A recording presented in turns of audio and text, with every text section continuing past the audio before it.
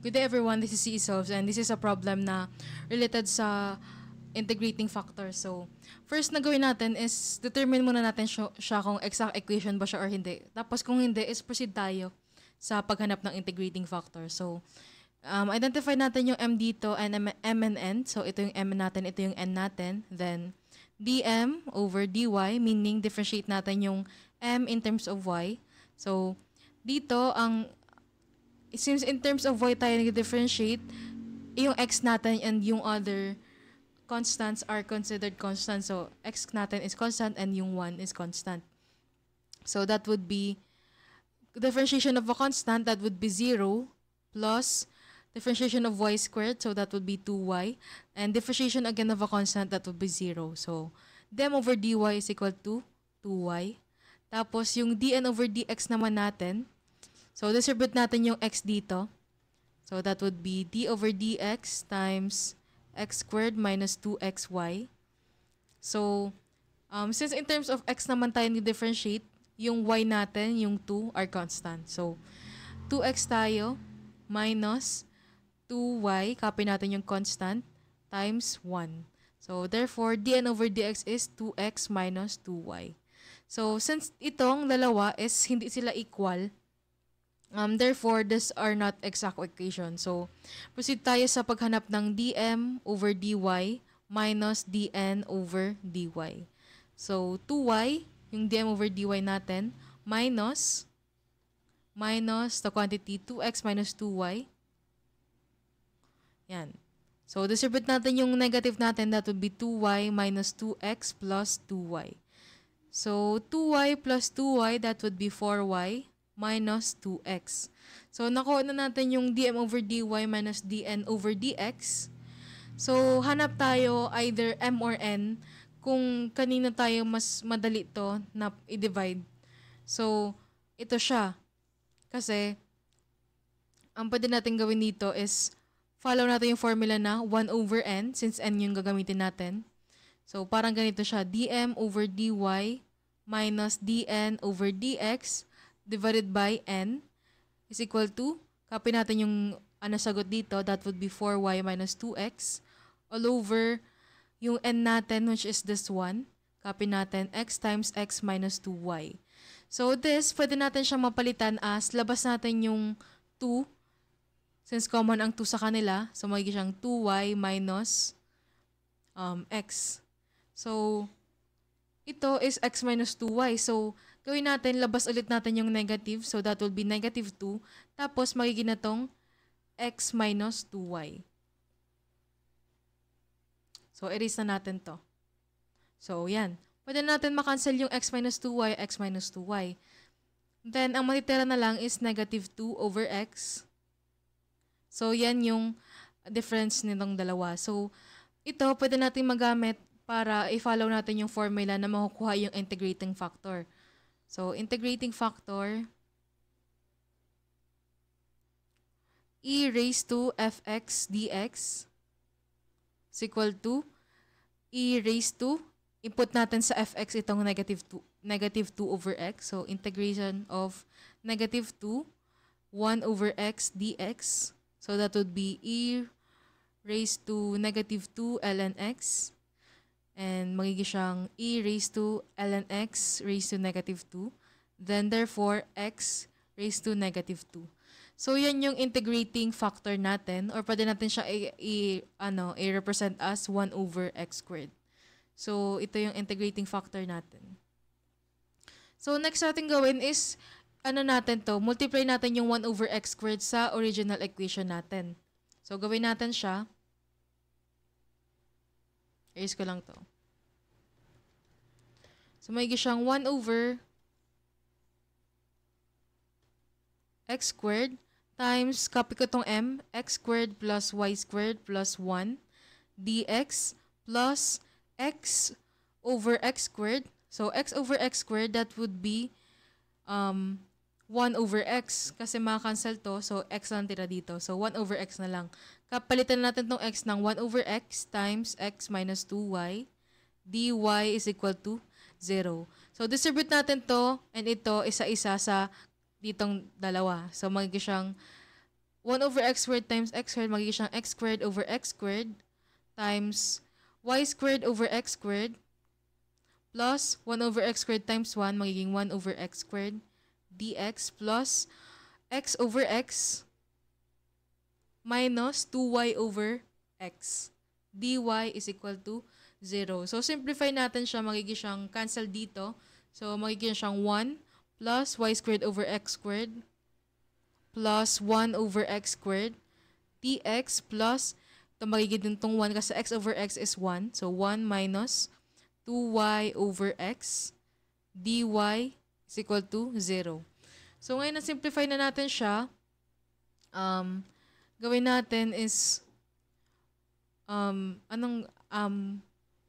na-simplify na natin siya. Identify na natin kung naging exact equation na ba siya. So, ito yung m natin and ito yung n natin. So, that would be dm over dy times, so yan, is equal to, differentiate natin to in terms of y. So, this will be 0 kasi differentiation of a constant is 0. So, 0 plus, since in terms of y tayo, ang mga x squared is considered as a constant. So, ito, 0 na din to. So, magiging 0 na yan. So, ito na lang yung problema natin. So, 1 over x squared, kasi constant siya, times differentiation ng y squared, magiging 2y. So, that will be 2y over x squared. So, in terms of, naman tayo, differentiation ng n in terms of x. So, that would be 1 is a constant, so 0, minus, copy natin, since in terms of x tayo, copy na lang natin yung 2y kasi constant siya dyan. 2y, tapos, differentiate natin yung 1 over x na tira dyan. So, that would be negative 2y. Differentiation ng 1 over x, by the formula, that would be negative 1 over x squared. So, negative times negative is positive. Therefore, 2y over x squared. So, ang papansin natin is equal na tong dalawang to. Therefore, the equation is exact. So, we can proceed sa pag-solve ng problem natin, treating it as a exact equation. So, erase ko lang to para may space tayo. So, yan. Ito na yung new equation natin with the integrating factor. So, note ko lang yan. So, pili tayo sa dalawa. So, tanda natin na may formula tayo dyan sa pag-solve ng exact equation na df over dx is equal to m, then df over dy is equal to n. So, pili tayo kung ano mas madali. So, ito na lang kasi mas shorter siya. So, df over dy is equal to n. So, copy natin. 1 minus 2y over x. Then, multiply natin both sides by dy. Mawala siya dito. Then, ito na yung dy natin. So, integrate na natin both sides. Magiging na siyang f is equal to, integrating ng 1, magiging siyang y minus, since x dito is a constant, labas na natin yung constant 1 over x. Ito na pa lang, yung 2 over x na pala kasi kasali yung 2. So, yung y na lang yung i-differentiate, ay yung integrate natin. So, y squared over 2. So, cancel natin to. Magiging na siyang y minus y squared over x plus q of x plus q of x. So, may nahanap tayong f function.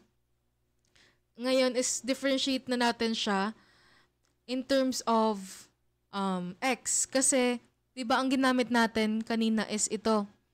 So, ngayon, differentiate natin siya in terms of x para ma-equate natin siya sa m natin. Kasi pareha sila lang df. Kung ma-integrate natin ito in terms of x, magiging siya pareha sa df over dx. So, pwede natin sila ma-equate. So, gawin natin siya df over dx. So, differentiate natin to in terms of x. So, y dito is a constant, y is a constant. So, differentiation ng y natin is that would be 0 kasi differentiation ng constant is 0 minus, copy natin yung constant y squared, times differentiation ng 1 over x. So, may 1 over x dyan. Magiging siyang negative 1 over x squared plus q prime of x. Simplify natin, magiging siyang positive kasi negative times negative. Y squared over x squared plus q prime of x. So, ngayon, nakuha na natin yung df over dx natin. Equate natin siya sa m natin. Pareha sila df over dx. So, copy natin yung m natin. Magiging 1 plus y squared over x squared plus 1 over x squared is equal to, copy natin yung df over dx natin dito, y squared over x squared plus q prime of x. So, y squared over x squared minus y squared over x squared is 0. So, yan na lang yung tira natin. So, q prime of x is equal to 1 plus 1 over x squared. So, gawin natin dito is integrate natin both sides para makuha natin yung q of x. So, erase ko lang yung ibang parts dito.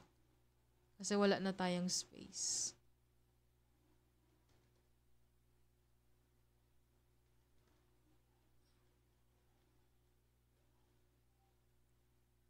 So, yan. Itira ko lang yung f function natin. So, kunan natin yung q of x natin. Magiging siyang integration ng 1, magiging x plus integration ng 1 over x squared. That would be x raised to negative 2 minus 1. Then, plus 1. Sorry. Then, negative 2 plus 1. So, q of x natin is x plus x raised to negative 1 over negative 1 or x minus 1 over x. So, nakuha na natin yung q of x natin. So, ngayon, ang gawin natin is substitute na natin yung q of x natin sa f function natin. So, ito yung f function natin. Magiging siyang y minus y squared over x. Tapos, plus q of x, which is x plus x minus 1 over x is equal to c. So, ngayon, simplification na lang tayo. Multiply natin both sides by, by x. Kasi common sa kanila yung x na denominator. So, x, magiging siyang xy minus y squared plus x squared minus 1 is equal to c. So, check natin kung tama yung sagot natin. Xy minus y squared plus x squared minus 1 is equal to c. So, yan na yung final answer natin.